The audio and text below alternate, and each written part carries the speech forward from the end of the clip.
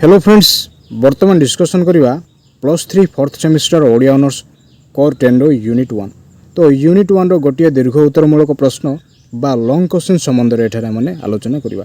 तो यूनिट 1 रो विषय वस्तुटी कोन अटे? यूनिट 1 रो विषय वस्तुटी हला सारला महाभारत दुर्योधनक रक्त नदी संतरण। वीडियो को आरंभ करने पूर्व जो मैंने वर्तमान पर्यंत चैनल को सब्सक्राइब करना सब्सक्राइब करनियंतु, बेल आइकन को प्रेस कर दियंतु, जा फल आगामी वीडियोर नोटिफिकेशन गुड़िक सर्वप्रथम आपण मान निकट में पहुँची पार। वीडियोटी को स्किप नक संपूर्ण रूपे देखा निमंते चेष्टा करूँ। जदि स्किप करके देखिए वर्तमान आलोचनार विषय वस्तुटी सठिक रूप से बुझीपारे ना। पूर्वर अनेक गुड़े वीडियो अपलोड हो सारी अच्छी, तो आपण मैंने चैनलटीर प्लेलिस्ट को जाई समस्त वीडियो देखिपारे। प्रश्नटी कौन अटे देखा। प्रश्नटी हूँ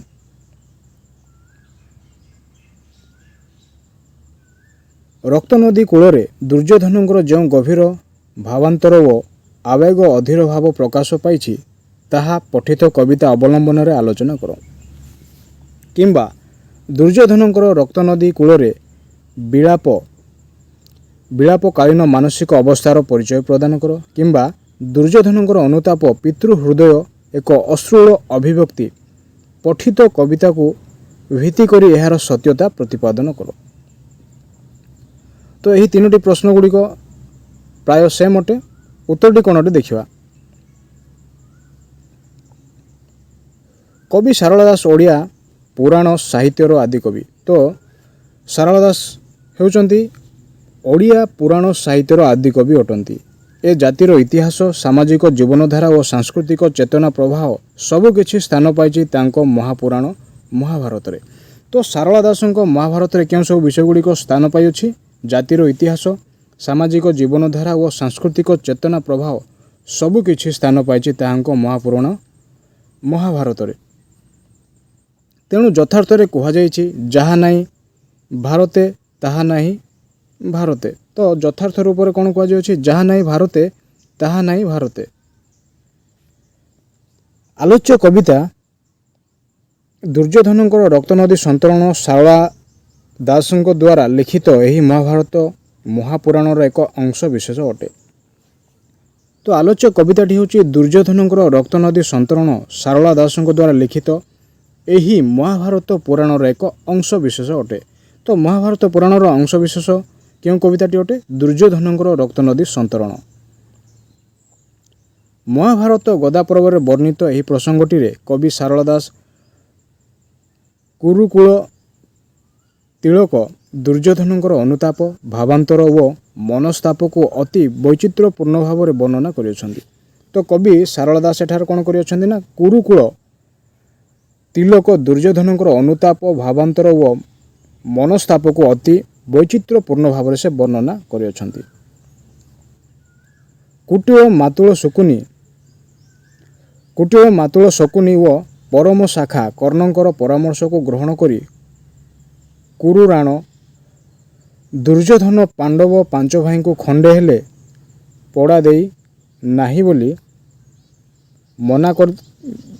पड़ा देवे नाही बोली मना करदेवा संगे संगे तांको अशेष निर्यातना देले। तो कुटिल मातुल शकुनी व परम शाखा कर्णंकर परामर्श को ग्रहण करी कुरुराण दुर्योधन पांडव पांच भाई को खंडे हेले पड़ा देवे नाही बोली मना करदेवा संगे संगे तांको अशेष कौन करथिले ना निर्यातना देइथिले। परिणति रे पांडव माने कौरव मानक विरुद्ध रे युद्ध घोषणा करथिले। तो शेष रे पांडव माने कौन कले? कौरव मानकर विरुद्ध रे युद्ध घोषणा कले। दीर्घ 18 दिन धरी कुरुक्षेत्र रे महाभारत युद्धटी आरंभ हैला। तो यार शेष परिणति कौन है ना? पांडव माने कौरव मानक विरुद्ध रे युद्ध घोषणा कले। दीर्घ 18 दिन धरी कुरुक्षेत्र रे महाभारत युद्धटी आरंभ हैला। युद्धर अंतिम दिवस बेलू कुरुक्षेत्र रे प्रवाहित हेउथिबा 7 ताल गभीर रक्त नदी अगणित वीरंकर मस्तक हीन शरीर कुरुक्षेत्र रे भीषण पैशाचिक लीला सृष्टि करथिला। तो युद्धर अंतिम दिवस बेलू कौन होता ना कुरुक्षेत्र रे प्रवाहित हेउथिबा 7 ताल गभीर रक्त नदी अगणित वीर मानकर मस्तकहीन शरीर कुरुक्षेत्र रे भीषण पैशाचिक लीला सृष्टि करथिला।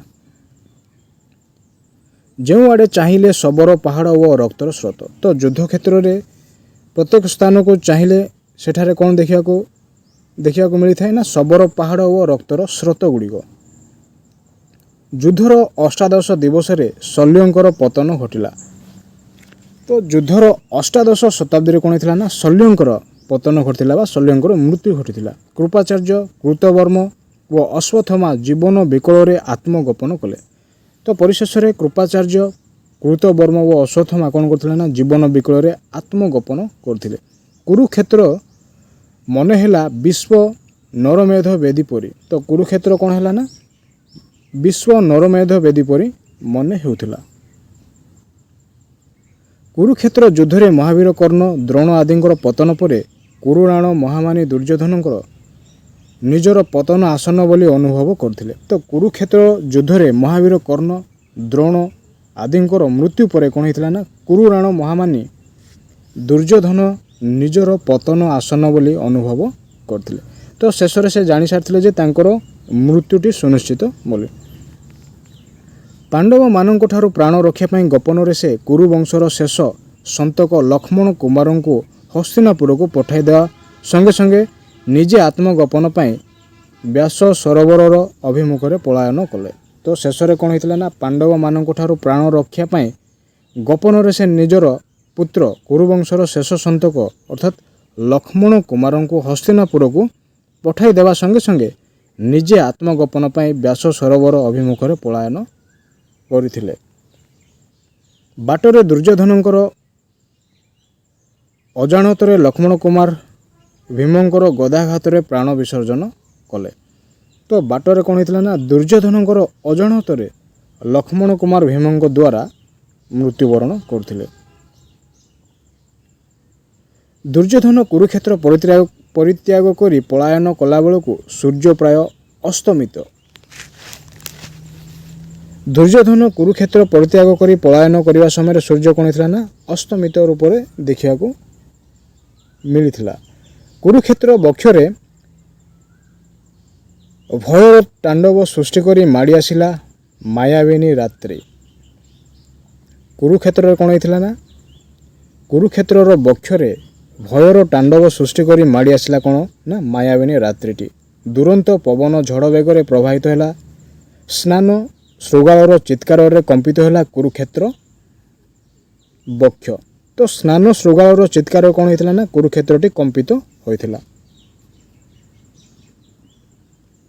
ମହାମାନି ଦୁର୍ଯ୍ୟୋଧନ ପଳାୟନ କଲାବେଳେ କୁରୁକ୍ଷେତ୍ରରେ ପୈଶାଚିକ ଲୀଳା ତାଙ୍କ ହୃଦୟକୁ କଲା ଶଙ୍କିତ ଓ ମନ୍ଥିତ। ତ ମହାମାନି ଦୁର୍ଯ୍ୟୋଧନ ପଳାୟନ କରିବା ସମୟରେ କୁରୁକ୍ଷେତ୍ରରେ କ'ଣ ହେଇଥିଲା ନା ପୈଶାଚିକ ଲୀଳା ତାଙ୍କ ହୃଦୟକୁ କଲା ଶଙ୍କିତ ଓ ମନ୍ଥିତ। ପୁଣି ତାଙ୍କର ପଳାୟନ ପଥରେ ପ୍ରତିବନ୍ଧକ ହେଲା କୁରୁକ୍ଷେତ୍ରରେ ପ୍ରବାହିତ ନଦୀ। ତ ସେ ପଳାୟନ କରିବା ସମୟରେ ତାଙ୍କ ନିକଟରେ ପ୍ରତିବନ୍ଧକ ଭାବରେ କ'ଣ ଘଟିଥିଲା ନା କୁରୁକ୍ଷେତ୍ରରେ ପ୍ରବାହିତ ନଦୀଟି ତାଙ୍କର ପ୍ରତିବନ୍ଧକ ସାଜିଥିଲା। ରକ୍ତ ନଦୀରେ ପ୍ରଖର ସ୍ରୋତକୁ ଦେଖି କି କର୍ତ୍ତବ୍ୟ ବିମୂଢ଼ ହୋଇପଡ଼ିଲେ ମହାମାନି ଦୁର୍ଯ୍ୟୋଧନ। ତ ରକ୍ତ ନଦୀର ପ୍ରଖର ସ୍ରୋତକୁ ଦେଖି ସେ କ'ଣ ପଡ଼ିଲେ ନା କି କର୍ତ୍ତବ୍ୟ ବିମୂଢ଼ ହୋଇପଡ଼ିଲେ ମହାମାନି ଦୁର୍ଯ୍ୟୋଧନ। କିପରି ଏ ଥଳ ତଳ ରକ୍ତ ନଦୀକୁ ପାର ହୋଇ ଆର ପାରିକୁ ଯିବେ ସେ ବ୍ୟତିବ୍ୟସ୍ତ ହୋଇପଡ଼ିଲେ ଯେ କିଭଳି ଭାବରେ ଏହି ରକ୍ତ ନଦୀଟିକୁ ପାର କରାଯାଇପାରିବ। କିଏ ଏ ପ୍ରମାଦରୁ ତାଙ୍କୁ ରକ୍ଷା କରିବ। ସେ ମନରେ ଚିନ୍ତା କ'ଣ କରୁଥାନ୍ତି ଯେ ଏହି ପ୍ରକାର ସମସ୍ୟା ବା ଏହି ପ୍ରକାର ପ୍ରମାଦରୁ ତାଙ୍କୁ କିଏ ରକ୍ଷା କରିପାରିବ। ପୁଣି ପଛରେ ତାହାଙ୍କର ପ୍ରତିଶୋଧ ଲିପ୍ସୁ ଦୁରନ୍ତ ପାଣ୍ଡବ ବାହିନୀ ଓ ପରାକ୍ରମଶାଳୀ ବୃକୋଦର ମୃତ୍ୟୁ ଯେ ଅନିବାର୍ଯ୍ୟ ସେ ନିଶ୍ଚିନ୍ତ ହୋଇଯାଇଅଛନ୍ତି। ଏହି ଆସନ୍ନ ମୃତ୍ୟୁର ପାଦ ଶବ୍ଦକୁ କର୍ଣ୍ଣ ଡେରି ଦୁର୍ଯ୍ୟୋଧନ ବିକଳ ହୋଇ ଉଠିଥିଲେ। ତ ଏହି ଆସନ୍ନ ମୃତ୍ୟୁର ପାଦ ଶବ୍ଦକୁ କର୍ଣ୍ଣ ଡେରି ଦୁର୍ଯ୍ୟୋଧନ ବିକଳ ହୋଇ ଉଠିଥିଲେ। ତାଙ୍କର ମନସ୍ତତ୍ଵ ବଡ଼ ବିଚିତ୍ର ଓ ଅଶାନ୍ତ ହୋଇ ଉଠିଥିଲା। ତ ସେହି ସମୟରେ ତାଙ୍କର ମନସ୍ତତ୍ଵଟି କ'ଣ ହେଇଥିଲା ନା ବଡ଼ ବିଚିତ୍ର ଓ ଅଶାନ୍ତ ହୋଇ ଉଠିଥିଲା। କବିଙ୍କ ଭାଷାରେ ସେ କ'ଣ କହିଅଛନ୍ତି ମହାଭୟେ ପଳାଇବା ପାଇଁ କରେ ମନ ରକତ ନଦୀକୁ ଚାହିଁ ହଜିଲା ତା ଜ୍ଞାନ। କପାଳରେ ମାରି ହାତ ଚୌକତି ଚାହିଁ ବୋଲେ ଏହା ଲିହିଥିଲୁ ମୋ କପାଳେ ବିହି। ତ ଏହା ହେଉଛି କବିଙ୍କର ଭାଷା ଅଟେ। ଦୁର୍ଯ୍ୟୋଧନ ଏପରି ବିକଳ ହେଉଥିବା ସମୟରେ ରକ୍ତ ନଦୀରେ ଭାସି ଆସିଲା ଦୁଃଶାସନଙ୍କର ଶବ। ଦୁର୍ଯ୍ୟୋଧନ ଏହିଭଳି ଭାବରେ ବିକଳ ହେଉଥିବା ସମୟରେ କ'ଣ ଘଟିଥିଲା? ସେହି ସମୟରେ ରକ୍ତ ନଦୀରେ ଭାସି ଆସିଲା ଦୁଃଶାସନଙ୍କର ଶବ। ଦୁଃଶାସନ କିଏ ଅଟନ୍ତି? ନା ଦୁର୍ଯ୍ୟୋଧନଙ୍କର ଭାଇ। ରକ୍ତ ନଦୀ ପାର ହେବାକୁ ଏହାକୁ ଆଲିଙ୍ଗନ କରି ତା ଗୁଣ ସୁମରଣା କରିବାକୁ ଲାଗିଲେ। ତ ରକ୍ତ ନଦୀ ପାର ହେବାକୁ ଏହାକୁ ଆଲିଙ୍ଗନ କରି କ'ଣ କରିଥିଲେ ନା ତାର ଗୁଣ ସୁମରଣ କରିବାକୁ ଲାଗିଲେ। ଦୁର୍ଯ୍ୟୋଧନ ମର୍ମାହତ ହେଲେ, ଆଖିରୁ ଅଶ୍ରୁଧାର ବହି ଚାଲିଲା। ତ ନିଜ ଭାଇଙ୍କର ଶବଟି ଦେଖି, ରକ୍ତ ନଦୀରେ ଭାସି ଆସୁଥିବା ଶବକୁ ଦେଖି ଦୁର୍ଯ୍ୟୋଧନ କ'ଣ ହେଇଥିଲେ ନା ମର୍ମାହତ ହେଲେ, ଆଖିରୁ ଅଶ୍ରୁଧାର ବହିବାକୁ ଲାଗିଲା। ମନରେ ତାଙ୍କର ଆଶଙ୍କାର ବିବର୍ଣ୍ଣ ଇନ୍ଦ୍ରଧନୁ ରକ୍ତ ନଦୀ ପାର ହେବାକୁ ଯାଇ ସେ କ'ଣ କହନ୍ତି? ଏମନ୍ତ ଶୋକ କରିଣତାକୁ କଲା ଭେଳା ଦୁଃଶାସନର ଉପରେ ଶୟନ ପଡ଼ିଲା। ଦୁର୍ଯ୍ୟୋଧନଙ୍କୁ ରକ୍ତ ନଦୀ ପାର କରାଇ ଦେବା ପାଇଁ ଦୁଃଶାସନର ଶବ ଅସମର୍ଥ ହେଲା। ତ ପରିଶେଷରେ ଦୁର୍ଯ୍ୟୋଧନଙ୍କୁ ରକ୍ତ ନଦୀ ପାର କରାଇବା ପାଇଁ କ'ଣ ହେଲା ନା ଦୁଃଶାସନଙ୍କର ଶବଟି ଅସମର୍ଥ ହେଲା। ଶବଟି 3 କାଳ ରକ୍ତ ନଦୀରେ ଲୀନ ହୋଇଗଲା। ଶବଟି କ'ଣ ହେଲା ନା ଶବଟି 3 କାଳ ରକ୍ତ ନଦୀରେ ଲୀନ ହୋଇଗଲା। ଦୁର୍ଯ୍ୟୋଧନ ଏଥର ଦେଖିଲେ ବାଳ ଅର୍କର ସଭା ଧାରଣ କରି ରକ୍ତ ନଦୀରେ ଭାସି ଆସୁଅଛି ତାଙ୍କର ପରମ ପ୍ରିୟ କର୍ଣ୍ଣଙ୍କର ଶବ। ତ ଦୁଃଶାସନଙ୍କର ପରେ ସେ କ'ଣ ଦେଖିଥିଲେ? କେଉଁ ଦୃଶ୍ୟଟି ଦେଖିଥିଲେ? ଦୁର୍ଯ୍ୟୋଧନ ଏଥର ଦେଖିଲେ ଯେ ବାଳ ଅର୍କର ସଭା ଧାରଣ କରି ରକ୍ତ ନଦୀରେ ଭାସି ଆସୁଛି ତାଙ୍କର ପରମ ପ୍ରିୟ କର୍ଣ୍ଣଙ୍କର ଶବ। ପରମ ପ୍ରିୟ ମିତ୍ର ଯିଏକି କର୍ଣ୍ଣ ଅଟନ୍ତି। କର୍ଣ୍ଣଙ୍କର ଶବକୁ ଧରି ଅତୀତ କଥା ମନେ ପକାଇ ଦୁର୍ଯ୍ୟୋଧନ ଆଖିରୁ ଅଶ୍ରୁ ବୃଷ୍ଟି କରୁଥାନ୍ତି। ତ କର୍ଣ୍ଣଙ୍କର ଅତୀତ କଥା ଗୁଡ଼ିକ ସେ ସ୍ମରଣ କରି ଦୁର୍ଯ୍ୟୋଧନ କ'ଣ କରୁଛନ୍ତି ନା ଆଖିରୁ ଅଶ୍ରୁ ବୃଷ୍ଟି କରୁଥାନ୍ତି। ମାତ୍ର ଯେତେବେଳେ ଏହି ଶବ ଉପରେ ସେ ବସି ପଡ଼ିଛନ୍ତି ସେତେବେଳେ ଦୁଃଶାସନ ଶବ ପରି କର୍ଣ୍ଣଙ୍କର ଶବ ମଧ୍ୟ ରକ୍ତ ନଦୀରେ ବୁଡ଼ିଗଲା। ତ ଠିକ୍ ସେହିଭଳି ଦୁଃଶାସନଙ୍କ ଭଳି କର୍ଣ୍ଣଙ୍କ ଶବ ଉପରେ ବସି ସେ ଯେତେବେଳେ ରକ୍ତ ନଦୀ ପାର ହେବା ପାଇଁ ଚେଷ୍ଟା କଲେ ତାହା ମଧ୍ୟ କ'ଣ ହୋଇଥିଲା ନା ବିଫଳ ହୋଇପଡ଼ିଥିଲା। ମନରେ ରକ୍ତ ନଦୀ ପାର ହେବାର ଉତ୍କଣ୍ଠା ବେଳକୁ ବେଳ ବଢ଼ି ଚାଲିଲା। ତ ରକ୍ତ ନଦୀ ପାର ହେବାର ଉତ୍କଣ୍ଠାଟି ବେଳକୁ ବେଳ କ'ଣ ହୋଇଥିଲା ନା ବଢ଼ି ଚାଲିଲା। ଏଥର ସେ ଦେଖିଲେ ଦ୍ରୋଣଙ୍କର ଶବ ରକ୍ତ ନଦୀର ସ୍ରୋତରେ ଭାସି ଆସୁଛି। ଏବଂ ତୃତୀୟ ଦୃଶ୍ୟଟି ସେ କ'ଣ ଦେଖିଲେ ନା ଦ୍ରୋଣଙ୍କର ଶବଟି ରକ୍ତ ନଦୀର ସ୍ରୋତରେ ଭାସି ଆସିବାର। ଦ୍ରୋଣ ଓ ଶକୁନିଙ୍କର ଶବକୁ ଆଲିଙ୍ଗନ କରି ଦୁର୍ଯ୍ୟୋଧନ ବିକଳ ହୋଇ ରୋଦନ କରିବାକୁ ଲାଗିଲେ। ପରିଶେଷରେ ଦ୍ରୋଣ ଏବଂ ଶକୁନିଙ୍କର ଶବକୁ ଆଲିଙ୍ଗନ କରି ଦୁର୍ଯ୍ୟୋଧନ କ'ଣ କଲେ ନା ବିକଳ ହୋଇ ରୋଦନ କରିବାକୁ ଲାଗିଲେ। ତାଙ୍କର ରୋଦନ ମଧ୍ୟରେ ତାଙ୍କର ଦୁର୍ବଳ ମନସ୍ତତ୍ଵ ହିଁ ପ୍ରତିଫଳିତ ହୋଇଅଛି। ତ ତାଙ୍କର ରୋଦନ ମଧ୍ୟରେ ତାଙ୍କର ଦୁର୍ବଳ ମନସ୍ତତ୍ଵ କ'ଣ ହେଇଛି ନା ପ୍ରତିଫଳିତ ହୋଇଥିବା ଆମେ ଦେଖିବାକୁ ପାଇଥାଉ। ତ କବିଙ୍କର ଭାଷାରେ ବା କବି ସାରଳା ଦାସଙ୍କ ବର୍ଣ୍ଣନାରେ ସେ କ'ଣ କହିଅଛନ୍ତି? ରକ୍ତ ନଦୀର ଅପର ପାର୍ଶ୍ୱକୁ ପଳାୟନ କରିବା ପାଇଁ ଦୁର୍ଯ୍ୟୋଧନଙ୍କର ମନରେ ଖୁବ୍ ବ୍ୟାକୁଳତା ପ୍ରକାଶ ପାଇଛି। ତ ରକ୍ତ ନଦୀ ଅପର ପାର୍ଶ୍ୱକୁ ପଳାୟନ କରିବା ପାଇଁ ଦୁର୍ଯ୍ୟୋଧନଙ୍କ ମନରେ ଖୁବ୍ କ'ଣ ହୋଇଛି ନା ବ୍ୟାକୁଳତା ପ୍ରକାଶ ପାଇଅଛି। କାରଣ ପାଣ୍ଡବଙ୍କର ହାବୁଡ଼ରେ ପଡ଼ିଲେ ଆଉ ରକ୍ଷା ନାହିଁ। ତ ସେ ସମ୍ପୂର୍ଣ୍ଣ ରୂପେ କ'ଣ ହୋଇଥିଲେ ନା ଭୟଗ୍ରସ୍ତ ହୋଇଯାଇଥିଲେ। ତେଣୁ ରକ୍ତ ନଦୀରେ ଭାସି ଆସୁଥିବା ନିଜର ପ୍ରିୟ ଶବମାନଙ୍କୁ ଦେଖି ଦୁର୍ଯ୍ୟୋଧନ ଗଭୀର ମନସ୍ତାପ କରିବା ସଙ୍ଗେ ସଙ୍ଗେ ରକ୍ତ ନଦୀ ପାର ହେବା ପାଇଁ ବିଚଳିତ ହୋଇପଡ଼ିଥିଲେ।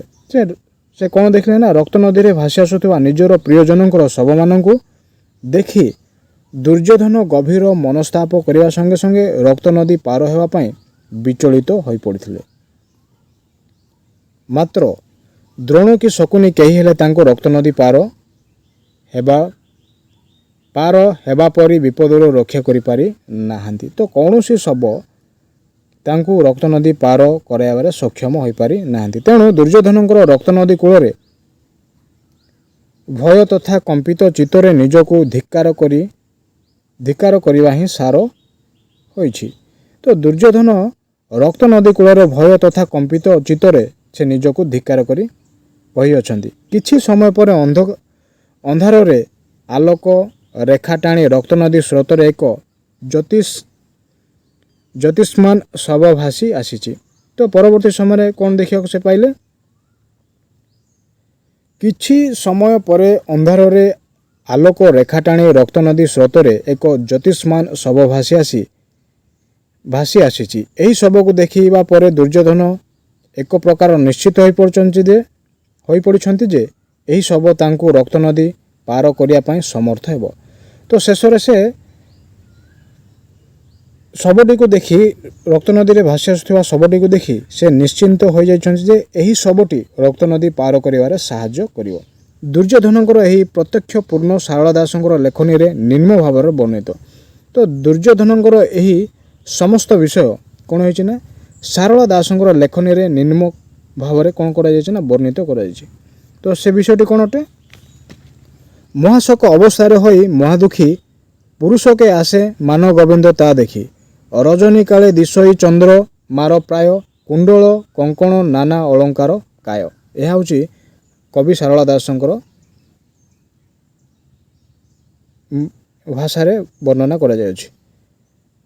ମହାମାନି ଦୁର୍ଯ୍ୟୋଧନ ଏ ସମୟରେ ସମ୍ପୂର୍ଣ୍ଣ ଅସହାୟ। ତ ମହାମାନି ଦୁର୍ଯ୍ୟୋଧନ ଏ ସମୟରେ କ'ଣ ହୋଇଅଛନ୍ତି ନା ସମ୍ପୂର୍ଣ୍ଣ ଅସହାୟ ହୋଇପଡ଼ିଛନ୍ତି। କୌଣସି ଭଲ ମନ୍ଦ ବିଚାର ନ କରି ସେ ଦୃଢ଼ ପ୍ରତ୍ୟୟ ହୋଇ ସେହି ଜ୍ୟୋତିଷ୍ମାନ ଶବଟି ଉପରେ ନିଜର ଓଜନଦାର ଦୁଇଟି ଗଦା ଧରି ବସି ପଡ଼ିଲେ। ତ ପରବର୍ତ୍ତୀ ସମୟରେ କ'ଣ ହେଲା ନା କୌଣସି ଭଲ ମନ୍ଦ ବିଚାର ନ କରି ସେ କ'ଣ କରିଥିଲେ ନା ଦୃଢ଼ ପ୍ରତ୍ୟୟ ହୋଇ ସେହି ଜ୍ୟୋତିଷ୍ମାନ ଶବଟି ଉପରେ ନିଜର ଓଜନଦାର ଦୁଇଟି ଗଦା ଧରି ବସି ପଡ଼ିଲେ। ଦୁଇଟି ହାତରେ ଶବଟିକୁ ବାହିବାକୁ ଲାଗିଲେ କୁରୁପତି ଦୁର୍ଯ୍ୟୋଧନ। ତ ଦୁଇଟି ହାତରେ ଶବଟିକୁ ବାହିବାକୁ ଲାଗିଲେ କୁରୁପତି ଦୁର୍ଯ୍ୟୋଧନ। ଶବଟିର ସହାୟତାରେ ଦୁର୍ଯ୍ୟୋଧନ ଅକ୍ଳେଶରେ ରକ୍ତନଦୀ ପାର ହୋଇ ଅପର ପାର୍ଶ୍ୱରେ ପହଞ୍ଚିଗଲେ। ତ ଶବଟିର ସହାୟତାରେ ଦୁର୍ଯ୍ୟୋଧନ ଅକ୍ଳେଶରେ କ'ଣ ହେଇଥିଲେ ନା ରକ୍ତନଦୀ ପାର ହୋଇ ଅପର ପାର୍ଶ୍ୱରେ ପହଞ୍ଚିଗଲେ। ମନରେ ଥିଲା ଆଶଙ୍କା ଦୂର ହେଲା। ମନରେ ଯେଉଁ ଆଶଙ୍କାଟି ତାହାଙ୍କର ଥିଲା ସେହି ଆଶଙ୍କାଟି ଦୂର ହେବାରେ ଲାଗିଲା। ଏବେ ସେ ଭୀମର ଆକ୍ରମଣରୁ ମୁକ୍ତ। ସେ ନିଶ୍ଚିନ୍ତ ହୋଇଯାଇଅଛନ୍ତି ଯେ ସେ ଭୀମର ଆକ୍ରମଣରୁ ମୁକ୍ତ। ଦୁଶାସନ, କର୍ଣ୍ଣ, ଦ୍ରୋଣ ଓ ଶକୁନି ଆଦିଙ୍କ ଶବ ତାଙ୍କୁ ଯେଉଁ ଦୁର୍ଯୋଗରୁ ରକ୍ଷା କରିପାରିନଥିଲା, ଏହି ଶବଟି ତାଙ୍କ ଜୀବନକୁ ବଞ୍ଚାଇଛି। ତ ଦୁଶାସନ, କର୍ଣ୍ଣ, ଦ୍ରୋଣ ଓ ଶକୁନି ଆଦିଙ୍କର ଶବ ତାଙ୍କୁ ଯେଉଁ ଦୁର୍ଯୋଗରୁ ରକ୍ଷା କରିପାରିନଥିଲା, ଏହି ଶବଟି ତାଙ୍କର ଜୀବନକୁ କ'ଣ କରିଛି ନା ବଞ୍ଚାଇ ଦେଇଛି। ଏ ଶବଟି କିଏ ତାହା ଜାଣିବା ପାଇଁ ଦୁର୍ଯ୍ୟୋଧନ ଆକୁଳ ହୋଇ ପଡ଼ିଲେ। ତ ସେ ଯେଉଁ ଶବ ମାଧ୍ୟମରେ ରକ୍ତନଦୀ ପାର ହୋଇଥିଲେ ସେହି ଶବକୁ ଜାଣିବା ନିମନ୍ତେ ସେ ଆକୁଳ ହୋଇପଡ଼ିଥିଲେ। କିଏ ନା ଦୁର୍ଯ୍ୟୋଧନ। ଏହା ଜାଣିବା ପାଇଁ ଶବଟିକୁ ଓଲଟାଇ ଦେଖିଲେ। ତ ସେହି ସମସ୍ତ ବିଷୟ ଜାଣିବା ପାଇଁ ସେ କ'ଣ କରିଥିଲେ ନା ଶବଟିକୁ ଓଲଟାଇ ଦେଖିଥିଲେ। ଚମକି ପଡ଼ିଲେ ଯେ ତାହାଙ୍କର ଏକମାତ୍ର ପୁତ୍ର ଲକ୍ଷ୍ମଣ କୁମାର। ତ ସେହି ଶବଟି କାହାର ଥିଲା ନା ତାଙ୍କର ଏକମାତ୍ର ପୁତ୍ର ଲକ୍ଷ୍ମଣ କୁମାରଙ୍କର ଶବଟି ଥିଲା। କିଏ ତାହାଙ୍କୁ ହତ୍ୟା କଲା, କିଏ ଲିଭାଇ ଦେଲା କୁରୁବଂଶର ଶେଷ ଦୀପ ଶିଖା। ତ କିଏ ତାଙ୍କୁ ହତ୍ୟା କଲା, କିଏ ଲିଭାଇ ଦେଲା କୁରୁବଂଶର ଶେଷ ଦୀପ ଶିଖା? ଦୁର୍ଯ୍ୟୋଧନଙ୍କର ପିତୃ ହୃଦୟ ବିଳାପ ହୋଇ ଉଠିଲା। ତ ଦୁର୍ଯ୍ୟୋଧନ ତାଙ୍କ ପିତୃ ହୃଦୟଟି କ'ଣ ହେଇଥିଲା ନା ବିଳାପ ହୋଇ ଉଠିଲା। ତାହାଙ୍କର ଆଶା ଅଧୀର ମାନସିକ ବେଳାରେ ବାରମ୍ବାର ଭାବନାର ତରଙ୍ଗ ମଥା ପିଟିଲା। ତ ତାହାଙ୍କର ଆଶା ଅଧୀର ମାନସିକ ବେଳାରେ ବାରମ୍ବାର କ'ଣ ହେଇଥିଲା ନା ଭାବନାର ତରଙ୍ଗ ମଥା ପିଟିଲା। ସେ ବିଳାପ କରି କହୁଥିଲେ, ସେ କ'ଣ ବିଳାପ କରି କହୁଥିଲେ?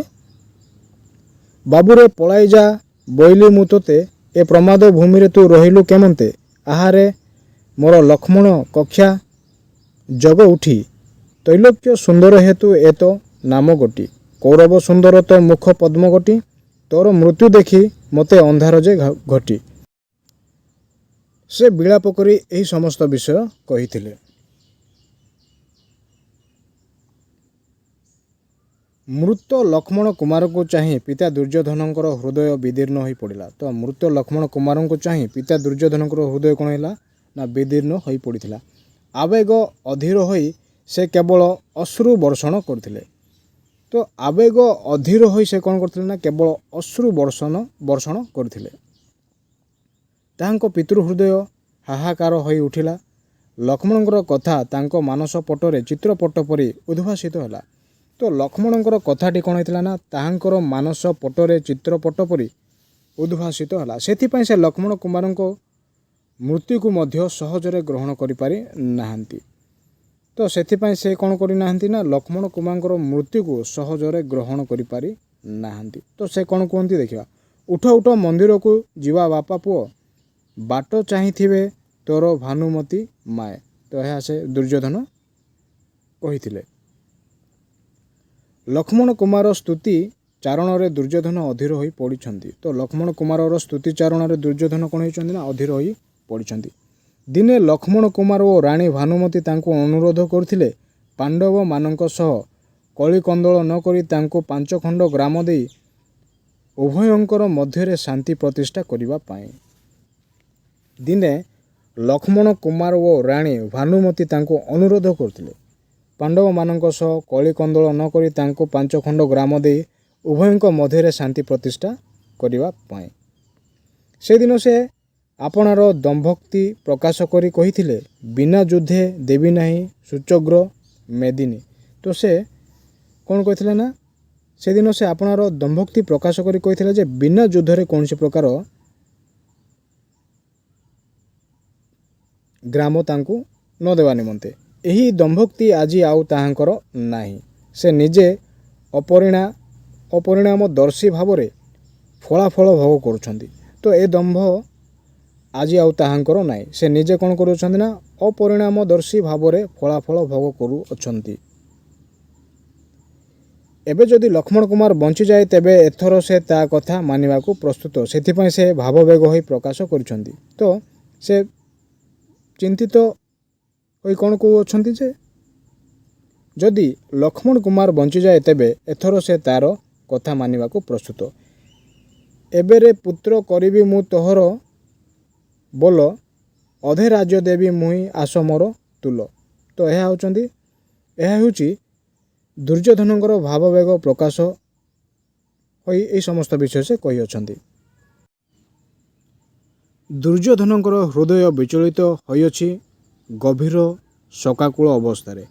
କପାଳରେ ହାତ ମାରି କାନ୍ଦିବା ହିଁ ତାଙ୍କ ପାଇଁ ସାର ହୋଇଅଛି। ତ କପାଳରେ ହାତ ଦେଇ କାନ୍ଦିବା ହିଁ ତାହାଙ୍କର એકમાତ୍ର ବିକଳ୍ପ ହୋଇଅଛି। ପାଣ୍ଡବମାନଙ୍କ କଥା ଚିନ୍ତା କଲାବେଳେ ସେ ପୁଣି ସଚେତନ ହୋଇ ଉଠିଅଛନ୍ତି। ତେଣୁ ଲକ୍ଷ୍ମଣ କୁମାରଙ୍କ ଠାରୁ ବିଦାୟ ନେବାକୁ ଯାଇ ଶେଷ ଥର ପାଇଁ ଲକ୍ଷ୍ମଣଙ୍କ ଶବକୁ ଆଲିଙ୍ଗନ କରି କହିଅଛନ୍ତି। ତେଣୁ ଲକ୍ଷ୍ମଣ କୁମାରଙ୍କ ଠାରୁ ବିଦାୟ ନେବାକୁ ଯାଇ ଶେଷ ଥର ପାଇଁ ଦୁର୍ଯ୍ୟୋଧନ କ'ଣ କରିଅଛନ୍ତି ନା ଲକ୍ଷ୍ମଣଙ୍କ ଶବକୁ ଆଲିଙ୍ଗନ କରିଅଛନ୍ତି। ବାବୁରେ ଯେତେକ ଗୁଣ ଅଛଇ ତୋହର, କହିବାକୁ ବେଳେ ଆଉ ନାହିଁ ତ ମୋହର। ତୋତେ ଧରି ଶୋକ କରି ରଜନୀ ପାଇଲେ, ମୁହିଁ ନାଶ ଯିବି ନିଶ୍ଚେ ପାଣ୍ଡବ ଜାଣିଲେ। ତ ଏ କଥାଟି କିଏ କହିଥିଲେ ନା ଦୁର୍ଯ୍ୟୋଧନ।